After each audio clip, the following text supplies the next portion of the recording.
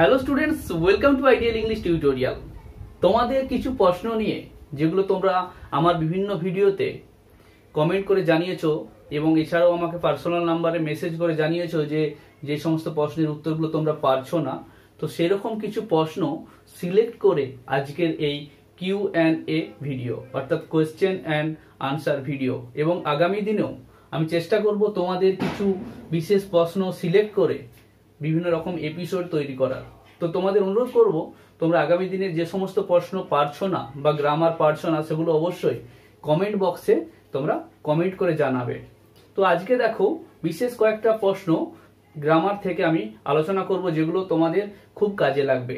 যারা কমেন্ট করে জানিয়েছো অর্থাৎ যারা প্রশ্নগুলো জানতে চেয়েছো তোমাদের তো এগুলো জানা হয়েই যাচ্ছে। এছাড়াও যারা এই চ্যানেলের নিয়মিত শ্রোতা বা নিয়মিত দর্শক, তোমরা কিন্তু এখান থেকে তোমরাও কিছুটা শিখতে পারবে।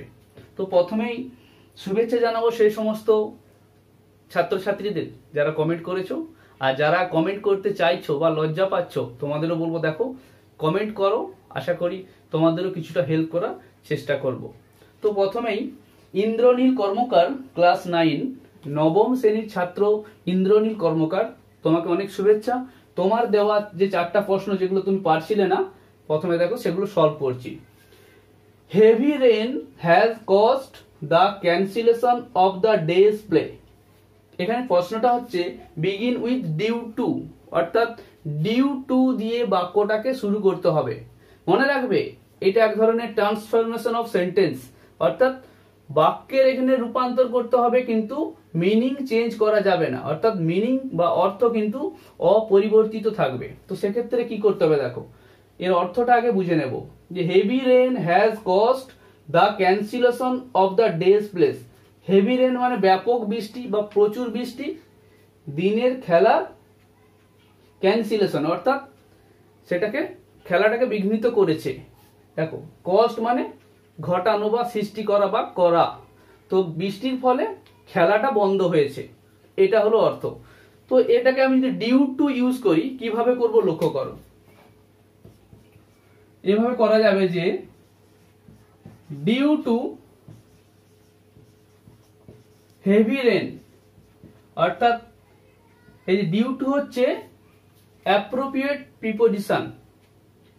ডিউ টু, ওকে, এটাকে প্রিপোজিশনাল ফ্রেজ বলা হয়। ডিউ টু প্রিপোজিশনাল ফ্রেজ, এটা মনে রাখতে হবে। ডিউ টু কথার অর্থ হলো কারণে, তাহলে ডিউ টু হেভি রেন প্রচুর বৃষ্টির কারণে, ওকে, এইটা দেওয়ার পর আমার মূল বাক্যের গঠনটা তৈরি হবে।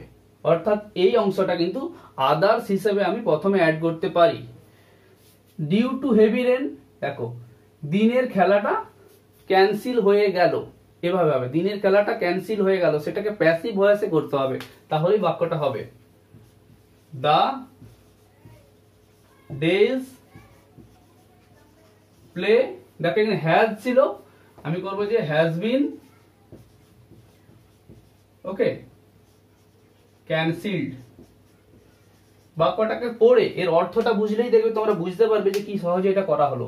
ডিউ টু হেভি রেন প্রচুর বৃষ্টির কারণে the day's play has been cancelled, দিনের খেলা সেটা ক্যান্সেল হয়েছে বা বন্ধ করা হয়েছে। দ্বিতীয় প্রশ্নটা দেখো, who does the book belong two, অর্থাৎ এই বইটা কার। বিলং টু কথার অর্থ হলো কার বা অধিকার বোঝালে বিলং টু বসে। দেখো এই বইটা কার, কিভাবে বলেছে প্রশ্নটা, যে ডু ইউ নো দা, এটা প্রথমে ইউজ করতে হবে। ডু ইউ নো দা, অর্থাৎ এই সেম মিনিং কিভাবে করব, যে বইটা কার, অর্থাৎ তুমি কি জানো সেই ব্যক্তিকে যার বই এটা। এভাবে দেখো, do you know the person, ছেলে অথবা মেয়ে যে কোনো হতে পারে, তাই পারসন দিলাম। Do you know the person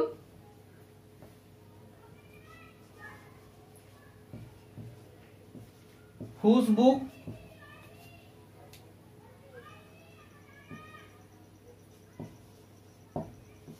this is, অর্থাৎ এটা কার বই। Do you know the person whose book this is, অর্থাৎ কার বই এটা হয়। এভাবে সাজানো হলো, ভালো করে দেখে নাও। Do you know the person whose book this is, এক্ষেত্রে দেখো এটা কিন্তু প্রশ্ন চিহ্ন হবে, কারণ এখানে ডু ইউ নো এই যে কনস্ট্রাকশনটা রয়েছে, অর্থাৎ প্রশ্নবাচকের কনস্ট্রাকশন এখানে রয়েছে। Do you know the person whose book this is, যে কার বই এটা হলো তুমি কি জানো। দেখো who does the book belong to, এই বইটা কার, এটাকে বলা হচ্ছে যে তুমি কি জানো সেই ব্যক্তিকে যার বই এটা হয়। ওকে, এইভাবে করা হয়েছে। এরপরে দেখো তৃতীয় নম্বর যে প্রশ্নটা, হার অ্যাটিটিউড অফেন অ্যানোয়েস মি, অর্থাৎ তার আচরণ বা দৃষ্টিভঙ্গি সবসময় আমাকে বিরক্ত করে। তো এই অ্যানয় কথাটা, যার অর্থ হলো বিরক্ত করা, এটাকে নাউন হিসেবে ব্যবহার করতে হবে।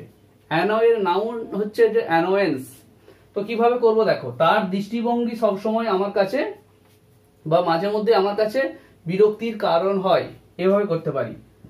হার attitude often becomes the cause of annoyance to me। কনস্ট্রাকশনটা দেখো, তার আচরণ মাঝে মধ্যেই হয়ে যায় দা কজ মানে কারণ, অফ অ্যানোয়েন্স বিরক্তির, টু মি আমার কাছে। এভাবে করলাম। There is no success without effort, অর্থাৎ এফোর্ট বা প্রচেষ্টা ছাড়া সফল হয় না। ইফ দিয়ে করতে হবে, অর্থাৎ ইফ দিয়ে করলে এটা অ্যাডভার্বিয়াল ক্লজ হয়ে যাবে। এভাবে করা যাবে, দেখো if there is no effort, অর্থাৎ যদি না প্রচেষ্টা থাকে বা যদি সেখানে না প্রচেষ্টা থাকে সেখানে সফলতাও থাকবে না, এরকম। If there is no effort, there is no success, অর্থাৎ প্রচেষ্টা না থাকলে সফলতাও হয় না। এই ধরনের কনস্ট্রাকশন কিন্তু তোমরা শিখে রাখো, আগামী দিনে এগুলো তোমাদের কাজে লাগবে। There is no success without effort এর অর্থই হলো if there is no effort, অর্থাৎ প্রচেষ্টা যদি না থাকে, দেয়ার ইজ নো সাকসেস, সফলতাও আসবে না। এর পরের প্রশ্নগুলো করেছে শেখর চ্যাটার্জি, আমার অত্যন্ত খুব প্রিয় একজন ভিউয়ার। শেখর, তোমাকে অনেক ভালোবাসা তোমার জন্য। দেখো শেখর, তোমার যে প্রশ্নগুলো, ওয়ান শুড নট লাফ অ্যাট দ্য পোর, এটাকে ভয়েস চেঞ্জ করতে বলা হয়েছে। তো এটা একটা জেনারেল সেন্স, যে এটা একটা সার্বজনীন বিষয়। দেখো কিরকম, যে একজনের উচিত নয় গরিবদেরকে বিদ্রুপ করা, যে লাফ অ্যাট অর্থাৎ গরিবদের উপর হাসা। তো কিভাবে করবে দেখো, অবজেক্টটা কি এখানে, দা পোর, ভয়েস চেঞ্জ। তো দা পোর, যেহেতু দা আছে পরের আগে, তো এটা এখানে প্লুরাল হচ্ছে, অর্থাৎ বহু বচন হিসেবে বসছে, অর্থাৎ গরিব জাতিটাকে বোঝাচ্ছে। দা পোর শুড আছে, ওকে, শুড, যেহেতু নট আছে নট বসলো আর বি বসবে। মনে রাখতে হবে যখন মোডাল ভার্ব থাকে তখন কি হয়, ভয়েস চেঞ্জের ক্ষেত্রে বি বসে। The poor should not be, okay. এরপরে যেটা হয়, মূল ভার্ব যাই থাকুক না কেন সেটা কিন্তু সর্বদাই পাস্ট পার্টিসিপল হবে। তো এখানে মূল ভার্ব কি দেখো, লাভ, তার সঙ্গে অ্যাট রয়েছে প্রিপোজিশন, অর্থাৎ বিদ্রুপ করা। তো লাভড এবং শেষে অ্যাডটাও রয়ে যাবে। আর তারপরে কি, বাই ওয়ান আর দেওয়ার দরকার হচ্ছে না, কারণ সবাইকেই তো বোঝাচ্ছে, এই জন্য আর এখানে বাই ওয়ান দেওয়ার প্রয়োজন নেই। তাহলে উত্তরটা কি হচ্ছে, the poor should not be laughed at, অর্থাৎ গরিবদেরকে বিদ্রুপ করা উচিত নয়। তারপরেরটা দেখো, he possessed great wisdom and a true generosity of spirit. তো এটা স্ট্রং রুটস থেকে নেওয়া হয়েছে, ক্লাস 12 এর একটা গদ্য, এটাকে ভয়েস চেঞ্জ করতে বলা হচ্ছে। এটাও কিন্তু সহজ, একটু ভালো করে বুঝে নাও। Great wisdom and a true generosity of spirit, তাহলে এখানে কি হচ্ছে, এইগুলো অবজেক্ট, তাহলে এখানে কি হচ্ছে, অবজেক্টটা প্লুরাল আছে। Great wisdom and a true generosity of spirit,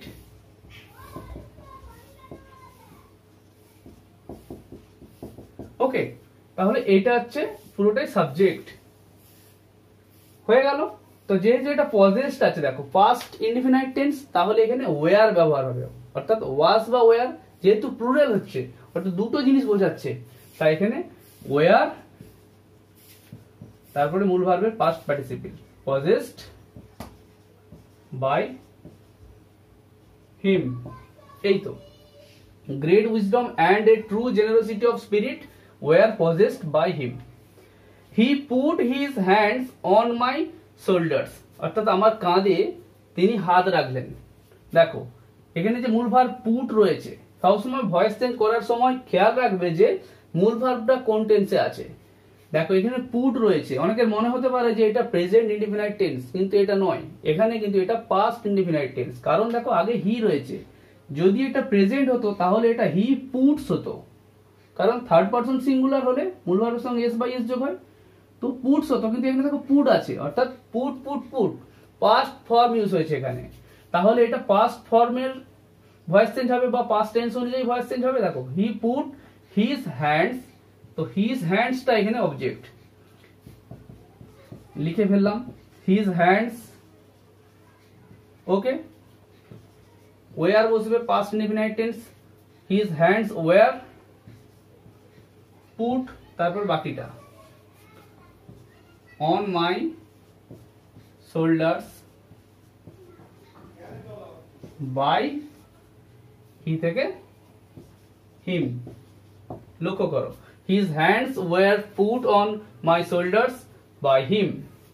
এরপরটা দেখো, এই দুটো প্রশ্ন 8 নম্বর এবং 9 নম্বর যে দাগের যে প্রশ্ন, এই দুটো প্রশ্ন করেছে নয়ন মণ্ডল, ক্লাস 12-এর একজন ছাত্র নয়ন মণ্ডল। তো দেখো the poet said O nature keep him warm, কবি বললেন প্রকৃতি তাকে উষ্ণ রাখো। তো এটা হচ্ছে যে অ্যাসলিপ ইন দ্য ভ্যালি, এই কবিতা থেকে নেওয়া হয়েছে ক্লাস 12-এর। কিভাবে এটা ন্যারেশন চেঞ্জ করবো দেখো, দ্য পোয়েট যেহেতু নেচারকে অনুরোধ করছে যে মানুষটিকে উষ্ণ রাখো, এখানে মানুষ হচ্ছে অ্যাকচুয়ালি সোলজার। এই কবিতাটা পড়লে তোমরা বুঝতে পারবে যে সৈনিককে বর্ণনা করা হচ্ছে, তো এটা রিকোয়েস্ট, তাহলে আমি ভার্বটা এখানে রিকোয়েস্টেড করে দেব। দ্য পোয়েট রিকোয়েস্টেড কাকে? প্রকৃতিকে। তো এই নেচারটা ভার্বের পরে চলে এলো, দ্য পোয়েট রিকোয়েস্টেড নেচার। ওকে, তারপরে দেখো টু দিয়ে অ্যাড করে দাও, অর্থাৎ ইম্পারেটিভ সেন্টেন্স হয়েছে এটা এখানে, টু কিপ হিম ওয়ার্ম। লক্ষ্য করো the poet requested nature to keep him warm. এর পরেরটা দেখো, হিজ স্মাইল ইজ জেন্টেল। দেখো এখানে জেন্টেল কথাটা আছে, এটা অ্যাডজেক্টিভ, এটাকে নাউন করতে বলা হচ্ছে। তো জেন্টেলের নাউন ফর্ম কি হবে? জেন্টেলনেস, মনে রাখতে হবে। তো জেন্টেলনেস যদি করা হয় তখন সেটাকে আমি হ্যাভ ভার্ব দিয়ে ইউজ করতে পারবো। দেখো হিজ স্মাইল হ্যাজ জেন্টেলনেস। ভালো করে লক্ষ্য করো, তার হাসিটা হলো জেন্টেল মানে ভদ্র বা ভালো। হিজ স্মাইল হ্যাজ জেন্টেলনেস, অর্থাৎ তার হাসির রয়েছে ভদ্রতা। এইভাবে, অর্থাৎ যেহেতু এটা নাউন, অর্থাৎ কি রয়েছে দেখো, হ্যাজ কি জেন্টেলনেস, আর এটা হচ্ছে যে ইজ অ্যাডজেক্টিভ, ইজ জেন্টেল। মনে রাখতে হবে যখনই অ্যাডজেক্টিভ হবে তার আগে বি ভার্ব থাকে এবং নাউন থাকলে আমি হ্যাভ ভার্ব দেব। আর এখানে যেহেতু হি স্মাইল এটা থার্ড পারসন সিঙ্গুলার নাম্বার হচ্ছে, তাই এখানে হ্যাজ বসছে, নট হ্যাভ, হ্যাজ বসবে, তাই এখানে হ্যাজ জেন্টেলনেস হয়েছে। এরপরে দেখো কোয়েশ্চেন 10, এই প্রশ্নগুলো করেছে কার্তিক পাল। তো কার্তিক, একটু ভালো করে বুঝে নাও যে তোমার প্রশ্নটা, the sunset we started for home, nominative absolute করতে বলা হয়েছে এবং পরের প্রশ্নটাও নমিনেটিভ অ্যাবসোলুট। তো সিম্পল সেন্টেন্সে জয়েন করার একটা অত্যন্ত ভালো নিয়ম যে নমিনেটিভ অ্যাবসোলুট, এই টপিকের উপর ভিডিও আপলোড করা রয়েছে। যারা ভালো করে এটা বুঝতে চাও আমার চ্যানেলে গিয়ে এই ভিডিওটা কিন্তু একবার দেখে নেবে। The sunset we started for home, ভালো করে লক্ষ্য করো দুটো বাক্যের দুটো সাবজেক্ট আলাদা, দ্য সান আর উই। তো এক্ষেত্রে তোমরা কি করবে? এক্ষেত্রে তোমরা মনে রাখবে দ্য সান এটা লেখার পর দেখো এখানে সেট আছে অর্থাৎ মেন ভার্ব রয়েছে, অর্থাৎ এটা একটা অ্যাকশন ভার্ব। তো এক্ষেত্রে কি করবে, হ্যাভিং ইউজ করবে, অর্থাৎ সূর্য অস্ত গেলে, দা সান হ্যাভিং। আর দেখো এই যে সেট, এটা কিন্তু পাস্ট পার্টিসিপল আছে এখানে, আর এখানে এটা কিন্তু পাস্ট ফর্মে আছে, দা সান হ্যাভিং সেট। তারপরে যেটা আছে কিছু ভাবার দরকার নেই, পুরোটা লিখে দেবে যে উই স্টার্টেড ফর হোম। ভালো করে বুঝে নাও,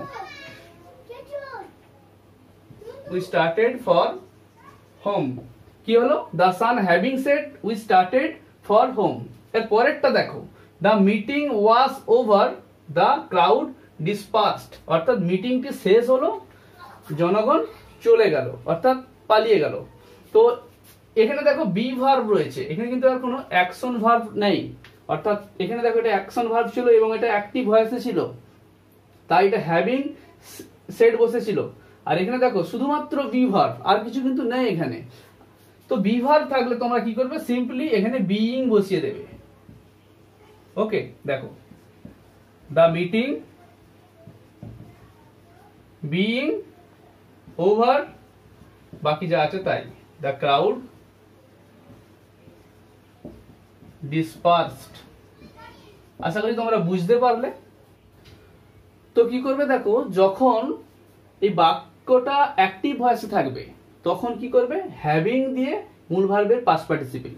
আর যদি বাক্যটা প্যাসিভ ভয়েসে থাকে তখন হ্যাভিং বিন পাস্ট পার্টিসিপল, অর্থাৎ হ্যাভিং দেওয়ার পর বিন দিতে হবে এবং মূল ভার্বের পাস্ট পার্টিসিপল হবে। আর যখন শুধুমাত্র বি ভার্ব থাকবে, যেমন ধরো ওয়াজ, ওয়ার, অ্যামিজার এইরকম থাকবে, তখন সিম্পলি তোমরা বিইং বসিয়ে দাও, তাহলেই দেখবে হয়ে যাবে। তো দেখো এরপরে 12 দাগে যে প্রশ্নটা, হাউ আর ইউ, এটাকে ভয়েস চেঞ্জ করতে বলা হয়েছে। এই প্রশ্নটা করেছে রশ্মি রঞ্জন। হাউ আর ইউ প্রশ্নটা করেছে রশ্মি রঞ্জন উড়িষ্যা থেকে। তো রশ্মি রঞ্জন, তোমার জন্য অনেক শুভেচ্ছা। দেখো এই প্রশ্নটার ভয়েস চেঞ্জ হবে না, কেন হবে না সেটা বুঝে নাও। প্রশ্ন রয়েছে যে হাউ আর ইউ, অর্থাৎ তুমি কেমন আছো। এখানে এই বাক্যের যে ভার্বটা দেখো শুধুমাত্র বি ভার্ব রয়েছে, এখানে কোনো কিছু কাজ করা বোঝাচ্ছে না, হওয়া বোঝাচ্ছে, অর্থাৎ এই বাক্যের মধ্যে অবজেক্ট পাওয়া যাবে না। তো সিম্পলি এটাকে ভয়েস চেঞ্জ কিন্তু করা যাবে না। 13 দাগে দেখো, let me play voice change, এটা একটা ব্যতিক্রম ভয়েস চেঞ্জ, অত্যন্ত গুরুত্বপূর্ণ এই প্রশ্নটা। এটা একটা অনেক সময় আমাদের চাকরির পরীক্ষায় এই ধরনের প্রশ্ন কিন্তু আসে। তো এই প্রশ্নটা করেছে মোহাম্মদ আজহারউদ্দিন। তো মোহাম্মদ আজহারউদ্দিন দেখো যখন দেখবে যে লেট ইউজ হবে তখন কি করবে, এই যে মি দেয়া আছে, মি মানে কি আই, অর্থাৎ আমাকে বোঝাচ্ছে, তখন আই মে বি অ্যালাউড, এই কথাটা ইউজ করবে, I may be allowed to play, অর্থাৎ আমাকে খেলার অনুমতি দেওয়া হোক, এরকম I may be allowed to play. এবং একদম শেষের প্রশ্নটাও মোহাম্মদ আজহারউদ্দিন করেছে। তো মোহাম্মদ আজহারউদ্দিন, তো দেখো এই শেষের প্রশ্নটা 14 দাগে, হোয়েন ডু ইউ প্লে বল, এটাকে ভয়েস চেঞ্জ করলে তুমি বলেছো যে কোনটা সঠিক, যে when is ball played by you না when ball is played by you. তো দেখো এক্ষেত্রে মনে রাখবে যে প্রশ্নটা কিসে আছে, যে হোয়েন ডু ইউ, অর্থাৎ প্রশ্নটা ইন্টারোগেটিভ সেন্টেন্সে আছে, অর্থাৎ প্রশ্নবাচক বাক্যে, এবং সেটা WH ওয়ার্ড প্রথমে আছে, অর্থাৎ this is a WH question. তো WH কোয়েশ্চেনের উপর আমার ভয়েস চেঞ্জ করা রয়েছে, যদি আরো ভালো করে বুঝতে চাও সেই ভিডিওটা তোমরা দেখে নেবে। তো দেখো আমি বলে দিচ্ছি যে কি হবে উত্তরটা। হোয়েন ডু ইউ যখন রয়েছে, অর্থাৎ খেয়াল করো এখানে সাবজেক্টটা হচ্ছে ইউ, আর তার আগে অক্সিলিয়ারি ভার্ব দেখো ডু বসেছে। মনে রাখবে জেনারেল সেন্সে বাক্য গঠন করার ক্ষেত্রে এই অক্সিলিয়ারি ভার্ব কিন্তু একটা বিশেষ ভূমিকা পালন করে। দেখো অক্সিলিয়ারি ভার্বটা আগে এসছে তাই এটা ইন্টারোগেটিভ। একইভাবে ভয়েস চেঞ্জের ক্ষেত্রেও মনে রাখবে বল এখানে কিন্তু সাবজেক্ট হিসেবে কাজ করছে, অর্থাৎ সাবজেক্ট অবজেক্ট ঘুরে যায় ভয়েস চেঞ্জের ক্ষেত্রে। তো বল যেহেতু এখানে সাবজেক্ট হচ্ছে, তো তাহলে কি হচ্ছে ইজটা তোমার আগেই বসবে, তাই এই প্রথম বাক্যটা সঠিক হবে। হোয়েন বল ইজ, এটা কিন্তু এখানে সঠিক হবে না, উত্তরটা হবে when is ball played by you. আশা করি তুমি বুঝতে পারলে।